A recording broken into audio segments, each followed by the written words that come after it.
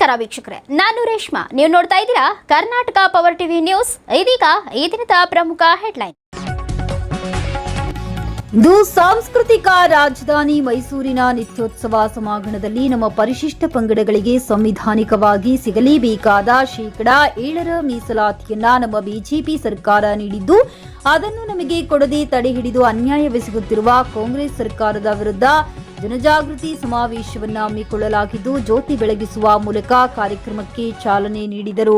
ನಂತರ ಸಭೆಯನ್ನ ಉದ್ದೇಶಿಸಿ ಮಾತನಾಡಿ, ಮೀಸಲಾತಿ ವಿಚಾರದಲ್ಲಿ ನಮಗೆ ನಮ್ಮ ಬಿಜೆಪಿ ಸರ್ಕಾರ ಏನು ಮಾಡಿದೆ ಮತ್ತು ಕಾಂಗ್ರೆಸ್ ಯಾವ ರೀತಿ ದ್ರೋಹವೆಸಗುತ್ತಿದೆ ಎಂಬುದರ ಬಗ್ಗೆ ಸವಿಸ್ತಾರವಾಗಿ ತಿಳಿಸಿದರು. ಸಭೆಯಲ್ಲಿ ನಮ್ಮ ಸಾಮರಸ್ಯ ವೇದಿಕೆಯ ಹಿರಿಯರಾದ ವಾದಿರಾಜ್ ಜಿಯವರು ಪಿಪಿಟಿ ಮೂಲಕ ಮಾಹಿತಿಯನ್ನ ನೀಡಿದರು.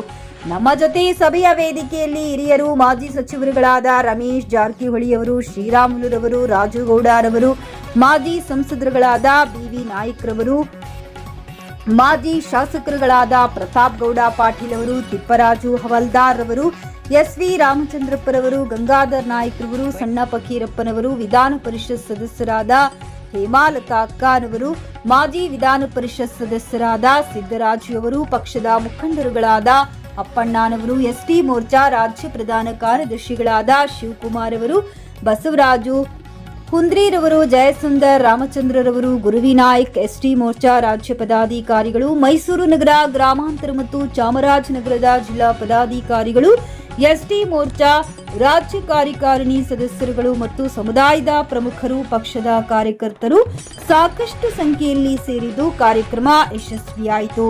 ಬಂಗಾರು ಹನುಮಂತು, ಎಸ್ಟಿ ಮೋರ್ಚಾ ರಾಜ್ಯಾಧ್ಯಕ್ಷರು, ಬಿಜೆಪಿ ಕರ್ನಾಟಕ. ಮಂತ್ರಿ ಮಾಡ್ತಾರೆ ಎಲ್ಲ ಸಮಾಜಕ್ಕೆ ಬಲಿ ಕೊಡಂತ ಕೆಲಸ ಮಾಡ್ತಾರೆ.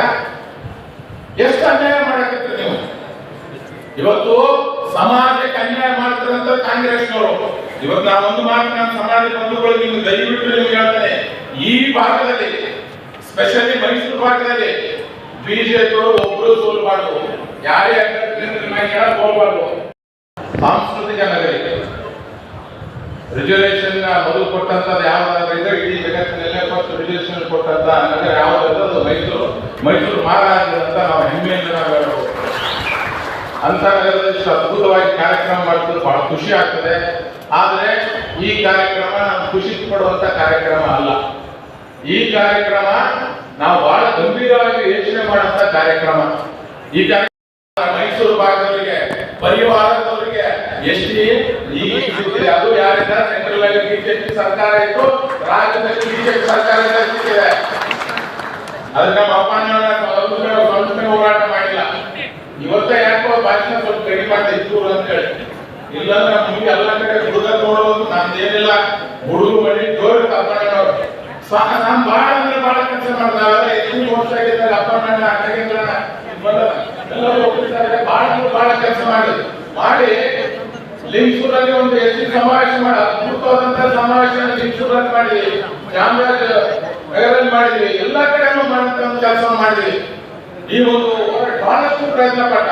ನಾವು ಅಪ್ಪಣ್ಣ ಸಣ್ಣವರು, ಅಣ್ಣ ನಾವು ಸಣ್ಣವರಿದ್ದಾಗ ಇನ್ನ ನಾನು ನೋಡ್ಬಿಟ್ರೆ ನನ್ಗಿಂತ 2 ವರ್ಷ ಸಣ್ಣ ಕಾಣ್ತೆ. ಆಮೇಲೆ ಬೇರೆ ನಿಮ್ದು ಅಷ್ಟು ಕೆಂಪುಗ ನೋಡ್ಬಿಟ್ರೆ ವಾದ್ಯಣ್ಣ ನೀವು ಯಾರು ಎಷ್ಟಿರ ಅಂತ ಯಾರು ಬ್ರಾಹ್ಮಣ ಅಂತ ಹೇಳ್ತಾರೆ.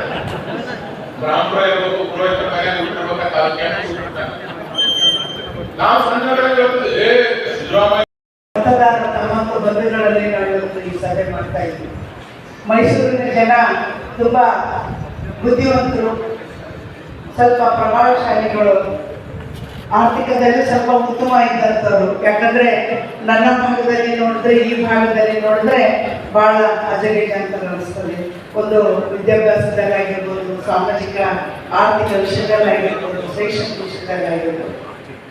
ಇವತ್ತಿನ ದಿನ ನಮಗೆ ಒಂದೇ ಮೀಸಲಾತಿ ಮೀಸಲಾತಿ ಮೀಸಲಾತಿ.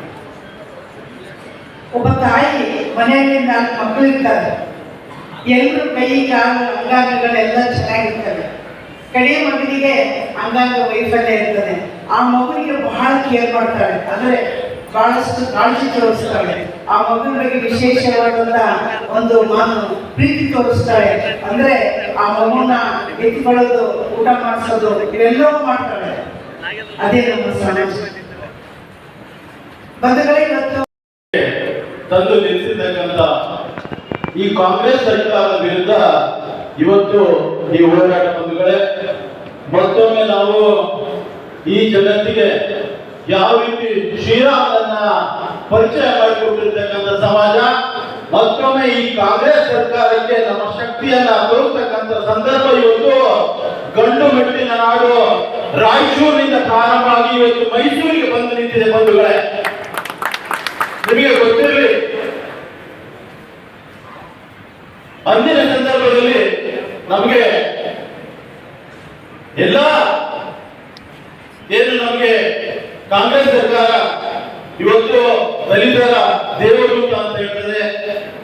ಕಳೆದ 30 ವರ್ಷಗಳಿಂದ ಯಾರು ಕೂಡ ಮೀಸಲಾತಿಗೆ ಕೈ ಹಾಕಿಲ್ಲ.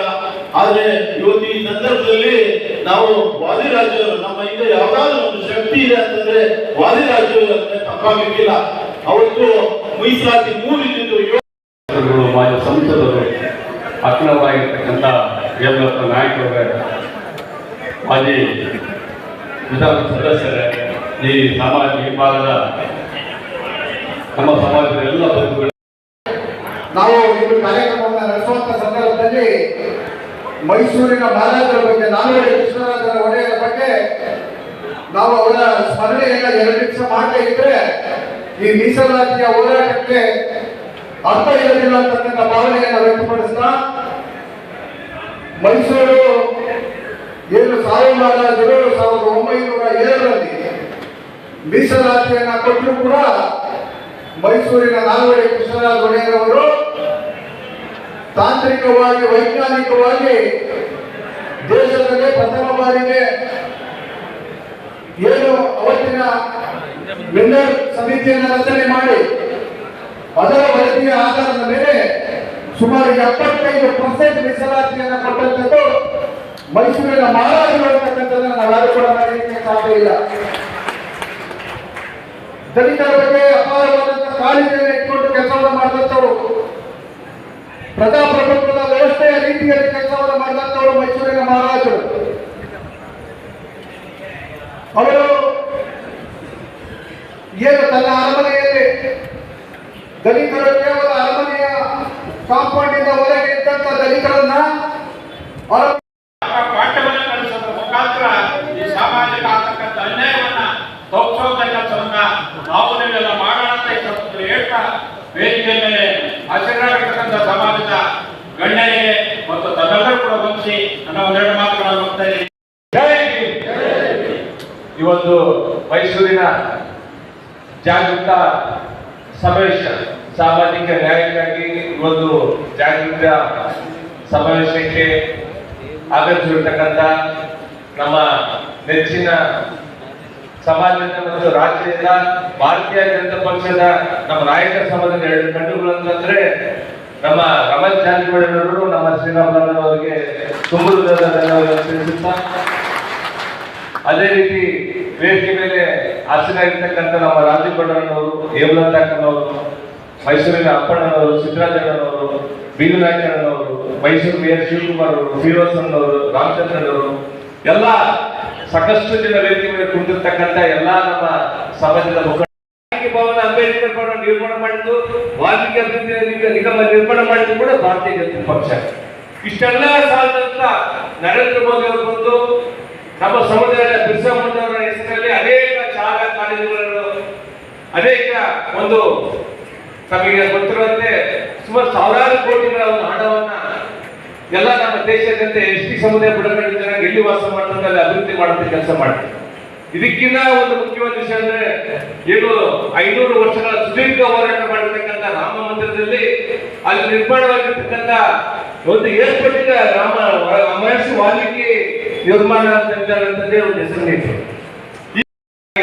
ನೀನು ಬುಡದ ಮಟ್ಟ ನಾವು ನೀನು ಬಿಡೋದಿಲ್ಲ, ನೀನು ಸಮಾಜದಿಂದ ಬಂದು ಮುಖ್ಯಮಂತ್ರಿ ಆಗಲ್ಲ, ನಾವು ಒಪ್ಪೋದಿಲ್ಲ ಅಂತ ನಾನು ಒಂದು ಹೇಳಕ್ಕೆ ಇಷ್ಟಪಡ್ತೀನಿ.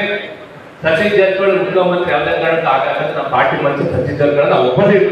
ನಮ್ಮಲ್ಲಿ ಮುಖ್ಯಮಂತ್ರಿ ಅಭ್ಯರ್ಥಿ ಆಗದಿದ್ದರೆ ಯಾಕಂದ್ರೆ ಒಂದು ರಾಮನವರು, ರಮೇಶ್ ಅವರು, ರಾಜೀವ್ಗೌಡರು ಎರಡನೇದು ಸತೀಶ್ ಜಾರಕಿಹೊಳಿ ಗುಡ್ಡದ್ರಿಂದ ಗುಡ್ಡದ ಉದ್ದೇಶಕ್ಕೆ ರಮೇಶ್ ಜಾರಕಿಹೊಳಿ ಗೋಕಾಕದಿಂದ ಕರ್ಕೊಂಡ್ಬಂದಿವಿ.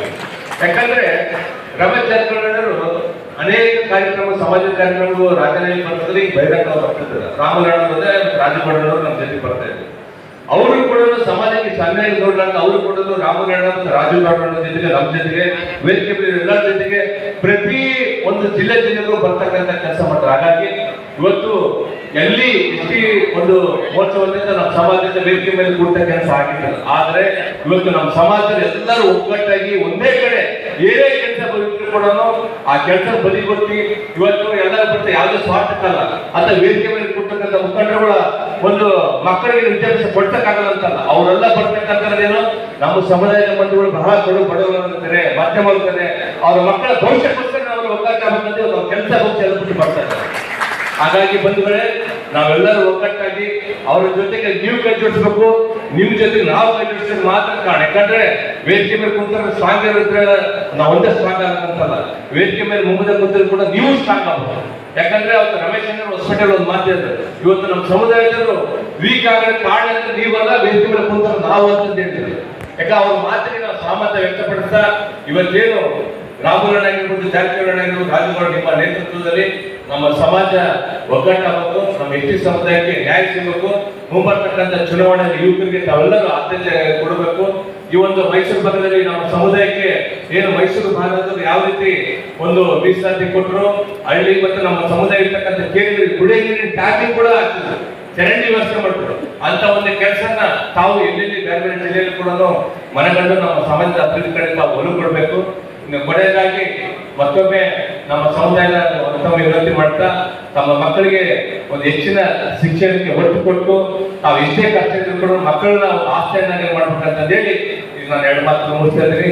ಇಲ್ಲಿ ಒಂದು ಮಾತಾಡಲಿಕ್ಕೆ ಅವಕಾಶ ಮಾಡಿಕೊಟ್ಟಿರ್ತಕ್ಕಂಥ ಎಲ್ಲ ನಮ್ಮ ಎಸ್ ಟಿ ಶಾಸಕರೇ ಹಾಗೂ ಮಾಜಿ ಶಾಸಕರೇ, ವಿಧಾನ ಪರಿಷತ್ ಸದಸ್ಯರೇ ಹಾಗೂ ಮಾಜಿ ಸಂಸದರೇ ಹಾಗೂ ಸಮಾಜದ ಎಲ್ಲ ಮುಖಂಡರೇ ಹಾಗೂ ಎಸ್ ಟಿ ಮೋರ್ಚಾದ ಎಲ್ಲ ಪದಾಧಿಕಾರಿಗಳೇ ಹಾಗೂ ಚಾಮರಾಜನಗರದ ಮೈಸೂರು ಜಿಲ್ಲೆ ಬಂದಂಥ ವಾಲ್ಮೀಕಿ ನಗರ ಎಲ್ಲ ಬಂಧುಗಳೇ, ಪತ್ರಕರ್ತರೇ, ಮಧ್ಯದಾಗಿ ವಿಶೇಷವಾಗಿ ರಾಷ್ಟ್ರ ಭಾಷಣದಲ್ಲಿ ಭದ್ರವಾಜಿಯವರು ನಮ್ಮ ಎಸ್ ಟಿ ಮೀಸಲಾತಿ ರಾಜ್ಯ ಮತ್ತು ದೇಶ ಮಟ್ಟದಲ್ಲಿ ಹೇಗೆ ಈಗಾಗಲೇ ತಮಗೆಲ್ಲ ಸದಸ್ಯರು ನಮ್ಮ ಪ್ರೆಸೆಂಟೇಷನ್ ತಿಳಿಸಿದ್ದಾರೆ ಮತ್ತು ನಮ್ಮ ನಾಯಕರು ಕಲಾ ವಿಷಯ ತಮ್ಮ ಮುಂದೆ ನೈಜ ಸುದ್ದಿಗಾಗಿ ನಿರಂತರವಾಗಿ ನೋಡ್ತಾ ಇರಿ ಕರ್ನಾಟಕ ಪವರ್ ಟಿವಿ ನ್ಯೂಸ್.